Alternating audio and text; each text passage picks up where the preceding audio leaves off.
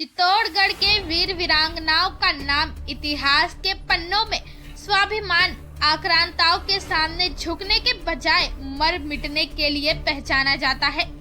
ऐतिहासिक धरा चित्तौड़गढ़ के गौरवशाली और स्वाभिमानी इतिहास का प्रतीक रानी पद्मिनी से समेत हजारों वीरांगनाएं हैं। इनके जौहर की गाथाएं सदियों तक नहीं भुलाई जा सकती। चित्तौड़गढ़ का गौरवशाली इतिहास 3 जौहरों का साक्षी रहा है।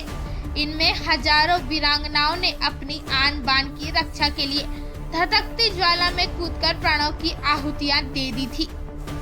भारतीय इतिहास के पन्नों में रानी पद्मिनी का जौहर सुनहरे अक्षरों में लिखा हुआ है। खिलजी शासक अलाउद्दीन खिलजी ने चित्तौड़गढ़ पर हमला किया, लेकिन 2 हमलों में वह नाकाम रहा। इसके बाद उसने सन 1303 में 1 लाख सैनिकों के साथ फिर से चित्तौड़गढ़ पर हमला कर दिया और इस युद्ध में रावल रतन सिंह वीरगति को प्राप्त हो गए। हालांकि रावल रतन सिंह के पास सैनिक बहुत कम थे। ऐसे में रानी पद्मिनी की ओर से पहले से ही जौहर की तैयारियां शुरू कर दी गई थी।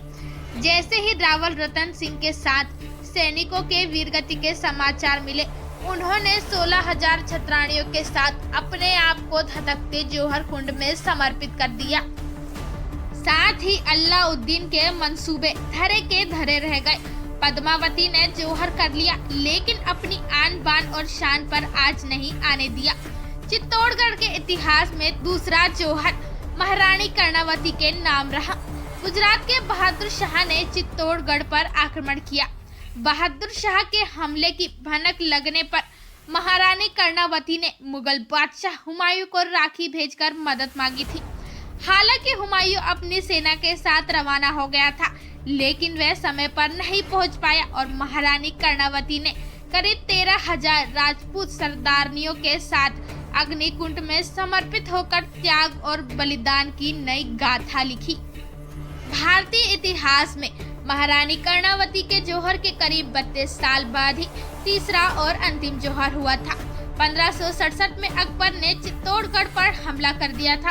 उस दौरान सेनापति जयमल फत्ता और कला राठौड़ की ओर से तत्कालीन महाराणा उदय सिंह और राज परिवार की सुरक्षा सुनिश्चित करते हुए उन्हें चित्तौड़गढ़ दुर्ग से सुरक्षित बाहर निकाल दिया था और अकबर की सेना से लोहा लिया था, जिसमें तीनों ही शूरवीर वीरगति को प्राप्त हुए थे। इस पर फूल कंवर ने 7,000 महिलाओं के साथ जौहर किया था।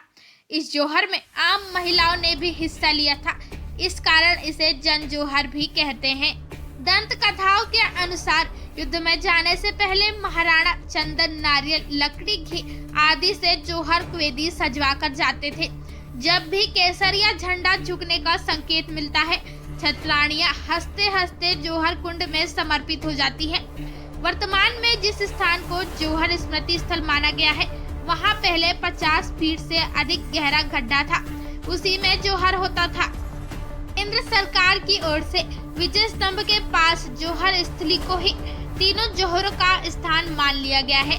इसके अलावा भी अलग अलग किंवदंती भी प्रचलित है। राणा कुंभा महल की सुरंग के साथ साथ भीमलत कुंड और सती मूर्ति स्थल को भी जौहर स्थल के रूप में पहचाना जाता है। जौहर मेले का इतिहास भी रोचक है। आजादी के बाद पहली बार 1948 में महज हवन के रूप में जौहर स्मृति संस्थान द्वारा जौहर श्रद्धांजलि समारोह की शुरुआत हुई थी। बाद में सती मेले के नाम से बैठक होने लगी और अब धीरे धीरे जौहर श्रद्धांजलि समारोह ने जौहर मेले के रूप में अपनी पहचान कायम की है। इसे पर्यटन विभाग के सहयोग से आयोजित किया जाने लगा है। ये समारोह न सिर्फ मेवाड़ के इतिहास का परिचायक बनता जा रहा है, बल्कि भारतीय इतिहास में सिर्फ चित्तौड़गढ़ ही ऐसी जगह है जहां नारी स्वाभिमान की रक्षा एक नहीं बल्कि 3 बार हुई है। जौहर श्रद्धांजलि समारोह चित्तौड़गढ़ के किले में हुए तीनों जौहरों की याद दिलाता है। तो दोस्तों, आज के लिए बस इतना ही। मिलते हैं अगले वीडियो में। तब तक के लिए वीडियो को लाइक करें और हमारे चैनल को सब्सक्राइब करें।